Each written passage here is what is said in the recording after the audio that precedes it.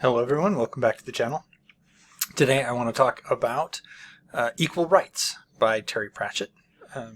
If you have watched some of my other videos, you may recall that I reviewed the first two books in the series, The Color of Magic and The Light Fantastic, that feature the wizard Rincewind. This book, Equal Rites, is the third book in the series.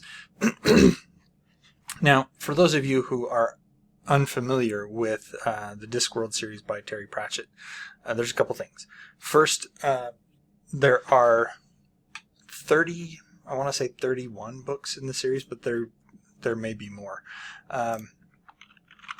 And they are separated into different series in and of themselves. So I just looked it up. It's 41 main novels, and there are some others that go along with it. But there are 41 novels. However, there are several series inside of that series itself. So, as I said, the first two novels in the series are about the wizard Rincewind and the tourist Twoflower. Then we get to the third book here, and the third book in the series, Rincewind is not there. There's no Twoflower. It's about completely different people.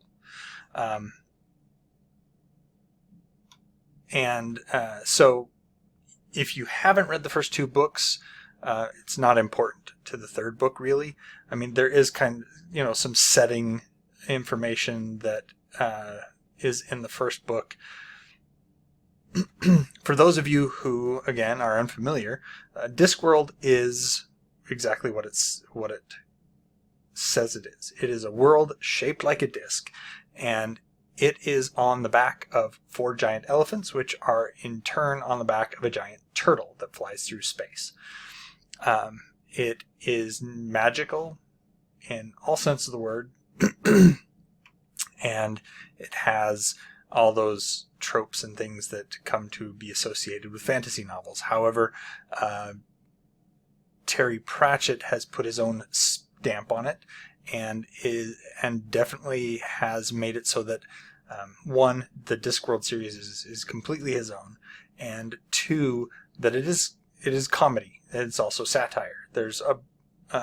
It's never meant to take itself seriously. So if you're looking for some fantasy comedy, here you go. Here's another one in the series. And once again, because of the way the Discworld series is written, you don't necessarily have to start with book number 1. So if you think, hey, I really like the themes of Equal Rites, go ahead and start there and branch out to the other ones. I read Guards first, and I plan on talking about that one in another video. But Guards was the first Discworld novel that I read, and it wasn't until I got into that book that I then branched out and started reading the other books in the Discworld series. So let's back up. Equal Rites, as I said, it's the third book in the series. It starts with a wizard. He's looking for a successor, and he was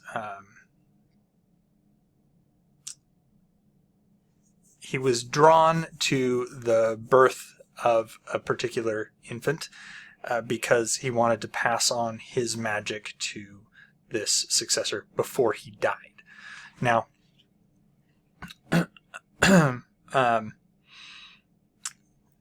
there is a legend. It's a legend called the Luck Child, wherein the 7th son of a 7th son is supposed to possess magical powers, magical abilities, potentially be a wizard, things like that. And if you want to kind of see that dramatized, Jim Henson, who did The Muppets, has a series called The Storyteller that goes over the legend of the Luck Child. It's actually pretty good. But anyway, the legend of... So, the Discworld has something similar. However, the Discworld being the Discworld, it can't be the seventh son of a seventh son. It has to be the eighth son of an eighth son. So anyway, this wizard, his name is Drumbillet. He gets guided to this infant who's about to be born, and he's guided to the father, and when the baby is born, the father rushes in, grabs the baby, brings it out to the wizard. The wizard then bestows his magical abilities on the eighth son of an eighth son, and then dies. Only thing is that Granny Weatherwax, who was a witch and was there as the midwife to the child, shows up and says, "You moron! This is your daughter." Now, for whom it may concern, on the Discworld, magic is divided. And that's not to say that men can do magic and women can't, or anything like that. It's just that wizards are men who can do magic, and witches are women who can do magic. So they name the girl Escarina, and they nickname her Esk. So she has this potential, this magical potential, and it's possible that she could have become a witch, but at this point, her magic is not female; it's male because of what had happened. And so Granny Weatherwax does. She is, as I said, she is a witch, and she takes it upon herself to train Esk to be a witch. The problem is that Escarina's magic isn't female magic. It's kind of a weird thing. So anyway, Granny Weatherwax takes on Esk and tries to train her to be a witch. They end up actually going to Ankh-Morpork, to Unseen University, which, if you've seen if you've read any of Terry Pratchett's books, or if you have seen my other review, then you'll know that that's where wizards go to get their training. And it's an all-male school, and they've never had a female wizard before. Along the way, they meet another wizard, who's a potential wizard, I should say, whose name is Simon. Simon is... you could call him a nerd. He's pretty much nerd. The thing is that he has an innate grasp of magic, and he has more magical potential than many people who have come through Unseen University in a long time. So that's one of the things that they deal with. The other thing is that when they do get to Unseen University, again, the wizards... wizardry is a male thing, which witchcraft is a female thing. So they've never, like I said, they've never had a female wizard before. And when Esk demands to be let into to the university because she's a female wizard,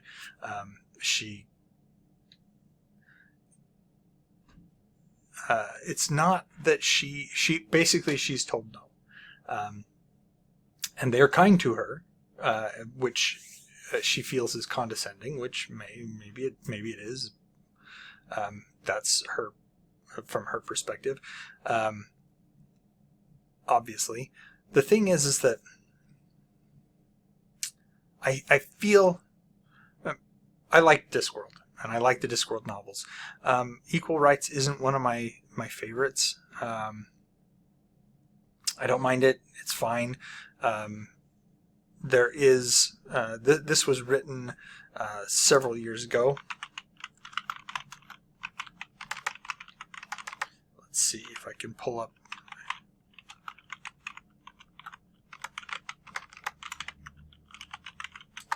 When that was exactly. It's published in 1987, so it's been a while since it's been published. And so addressing topics of gender discrimination and whatnot is always good. It's always good to address these topics, to get them talked about, and to have a dialogue about these inequalities. If we don't have these dialogues, we don't talk about them, then we can't get them addressed. We can't get them fixed. And so having this, addressed is, and this is a very non-threatening way to address these topics. So I feel it is effective. It doesn't challenge the reader and put them on the defensive. It opens their mind to the possibilities of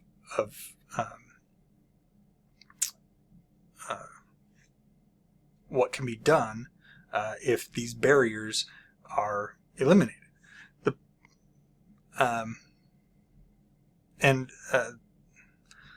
As I said, I liked it. I liked the characters, and in fact, Granny Weatherwax later becomes. She basically gets her own series. I mean, it's not just her; it's they're the witches series, and so Granny Weatherwax and her coven come together to have their adventures and stuff. So that is what this introduced Granny Weatherwax, and Granny Weatherwax is a great character. The thing is that with this, he addresses that Escarina does succeed in the end in her goals, but it does in any of the subsequent novels. Well, Escarina just disappears. She doesn't actually appear again until one of the very, very late novels, like up in the 40s.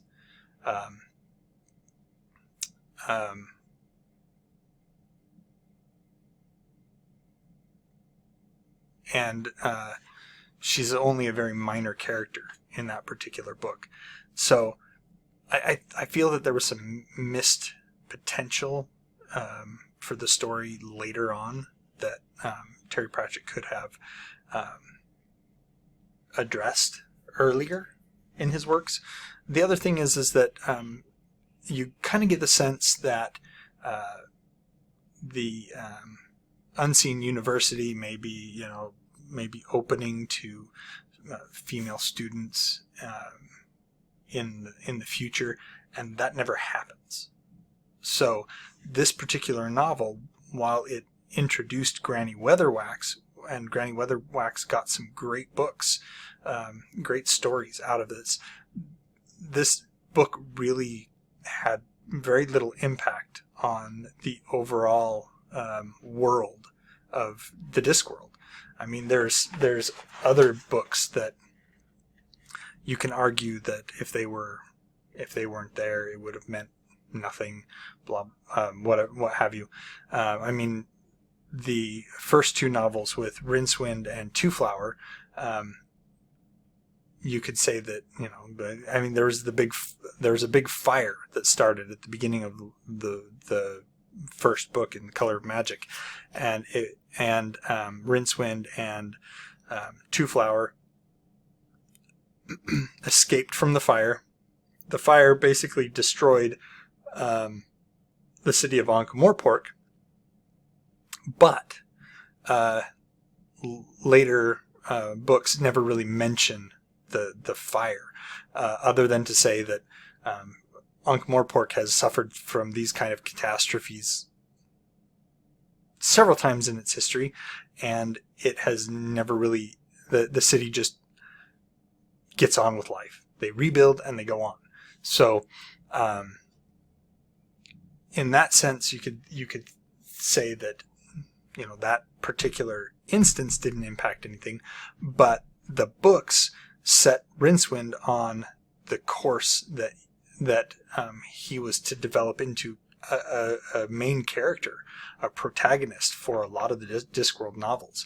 And he did some great stuff and saved the Discworld more than one time. And in Equal Rites, Granny Weatherwax went on and saved Discworld numerous times, but nothing really happened. Nothing really changed because of her.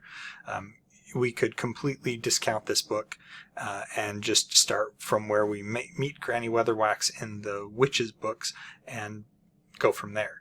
And the Witches books then have impact in Discworld, whereas Equal Rites didn't. So I feel that there was some missed potential there.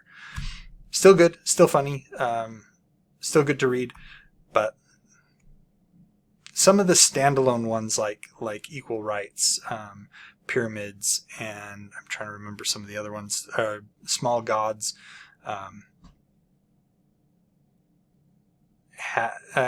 Small Gods did have more impact in the later books, but not a huge amount of impact, but they were still interesting. They still worked pretty well.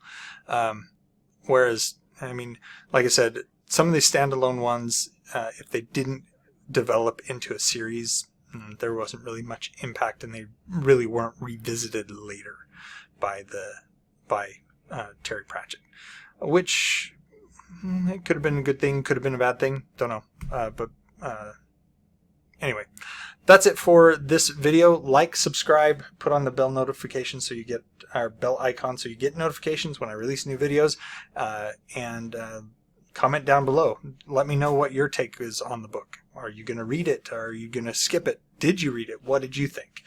Did you think that my assessment was accurate? Let me know. And until next time, enjoy what you're reading.